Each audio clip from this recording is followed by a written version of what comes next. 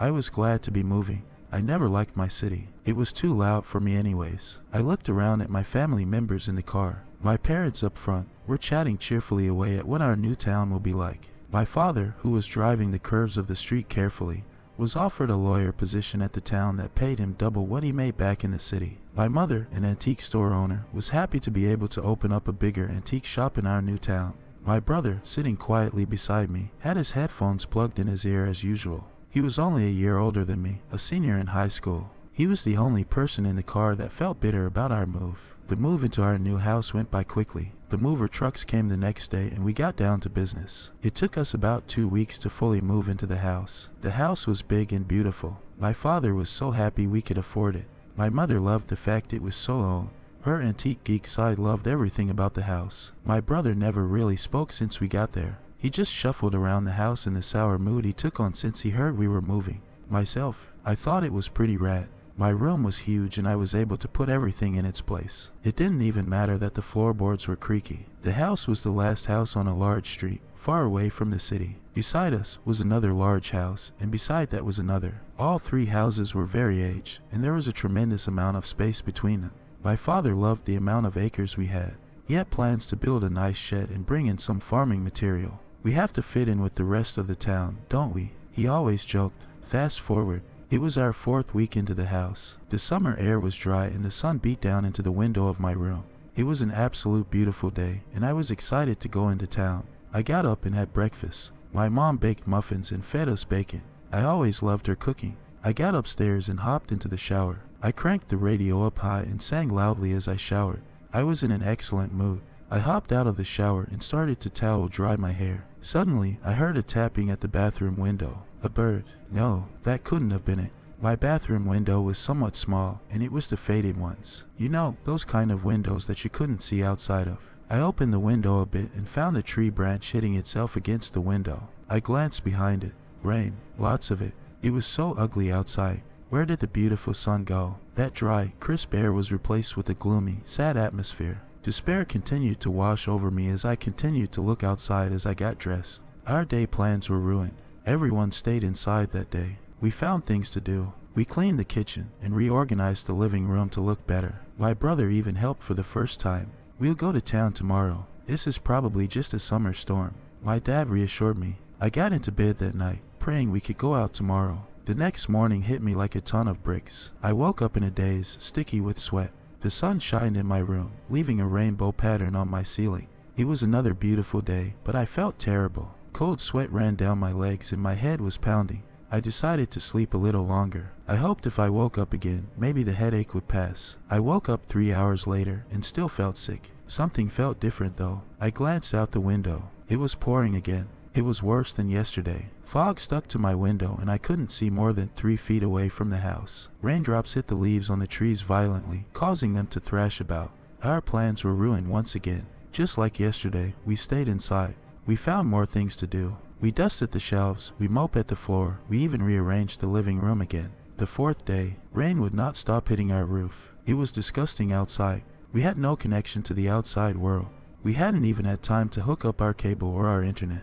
It was too dangerous to go into the city, let alone have them come out to us. The roads were slippery and it was starting to flood. The rain felt like it was draining my energy. I started staying in bed longer. The 6th day came. The rain still poured. Thunder greeted us with a cackling laugh. We were running out food in the house and my brother started to get more angry. We needed to get out, but we were trapped. The roads were flooded and we still had no connection to the outside world. We ran out of ways to rearrange the living room. I rolled out of bed around 1 in the afternoon. I felt so gloomy lately, I hadn't any energy to get out of bed. I sipped some orange juice and made myself some toast. My mother stopped making breakfast. My father paced around the house. He was nervous for himself and our future. He hadn't gone into work since we got there. He was scared he would be fired, but his coworkers were stuck inside due to the storm. Right. The 11th day came, and nothing seemed to get better. The trees became bare from the wind. The sky was a murky, dark blue tint. We were all miserable. The last of our food sat on our kitchen table. We were so hungry, we needed to eat.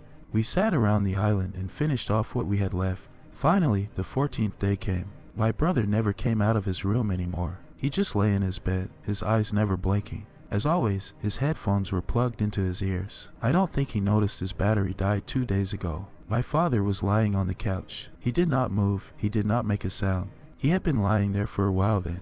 Was he taking a nap? I'd never witnessed a grown man napping for that long. Myself, I sat beside my mother on kitchen table. Her body felt cold and her eyes were shut. She laid her head down an hour ago and had stopped responding to my questions. I had been living off the crumbs I could find in our garbage. Gross, I know, but what was I supposed to do? For the next few days, I sat beside each individual family member and talked to them. I talked to them about everything. My fears and anxieties about the new school year, and the friends I hoped I would make. They never talked back, just listened. It felt good to be listened to. I was sick, skinny with hunger. The house started to smell bad, but from what? We had no food left. What could be rotting? I tried to ask my mom what we should do. She never answered. The rain still poured. It never did stop. I needed fresh air. I needed to get away from that awful stench. Where could I go? It was a disaster outside. I shuffled to the door. I could barely hold myself up anymore. I turned the knob and opened it.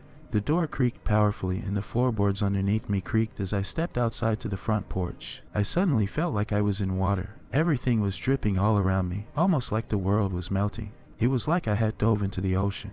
I took a few more steps until I was off my porch and on the grass. It felt slimy with the rain. I shut my eyes and took a deep breath. The air was damp, but it felt good going through my dry nostrils. I opened my eyes and sunshine. It was like I stepped into a whole different world. The rain was gone. Actually, it was like it was never there. The trees were back to normal with their crisp, green leaves. The road was no longer flooded and our grass was back to a nice and bright green. Finally, the sky was light blue and the sun was shining down on my face. I was confused, to say the least. It was hauntingly rainy before. Now, it looked like a drop of rain hadn't hit the floor in weeks. With the last energy I had in me, I shuffled to where the road started. I turned around and my dry, red eyes grew wide. In front of me stood our new house, but it didn't look like the house that was there in the beginning. It looked rotted. It slumped down, almost like it couldn't hold up its own weight any longer. I remember seeing it move up and down, almost like it was taking deep breaths. I swear my eyes were playing tricks on me. Water dripped from every part of the house and the windows looked steamed, water droplets forming in them. The wood on the roof was starting to peel. I had no energy left. Just like the house, I couldn't hold itself up anymore. I knelt to my knees. I laid my head down on the warm road. It felt good against my cheek and I could hear the house creaking loudly. I slowly closed my eyes. "Excuse me, miss. Excuse me." I heard a voice. I didn't have the strength to open my eyes. "Does she have a pulse?" I felt a cold finger press against my neck. "Barely. Do you think she'll make it?" "Let's hope to God she does." I opened my eyes to find myself in a hospital bed. I was so weak, so skinny. I could barely keep my eyes open. A doctor stood at the corner of the room and he was speaking to a female nurse. "I can't believe she made it." The nurse sighed. "Yes, it was a miracle. She's in critical condition," he said, scribbling things down in a notebook. "Poor girl, did you hear the sheriff? Her whole family died of starvation." She shifted her weight. She looked uneasy. "I just don't get it. They never even left the house when they got there. It's like they wanted to starve themselves." He glanced over at the window. "Did you hear the rumors?" The sheriff went and investigated the fact that no one heard from them since they moved to town. Everyone was buzzing about them, but they never showed up anywhere. I believe people were getting worried. She shifted again. He found her family stuck to the floorboards of the house. He said it almost looked like the roots of a tree were going into their veins. She hesitated and brought her voice down to a whisper. "They said the house was draining all their energy." "That's a load of bullshit." The doctor's voice chimed in. "A little too high, I suppose." The nurse shushed him. "It's bullshit just like the other stories of the family before them."